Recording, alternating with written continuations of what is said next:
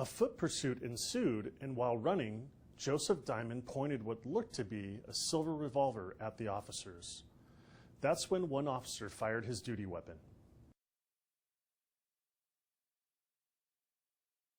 Come on, come on!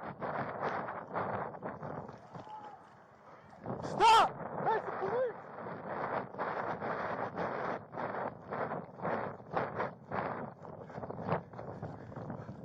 Hey, get back! Get back! He's got a gun! Get down!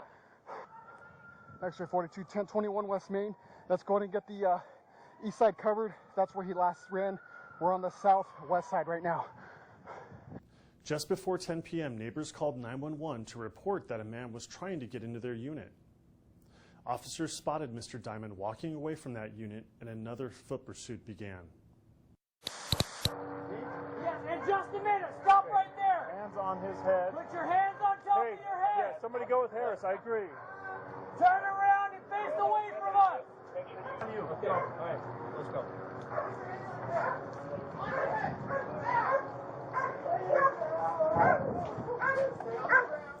Officers fired a less lethal beanbag round which struck Mr. Dimond, and they were able to take him into custody.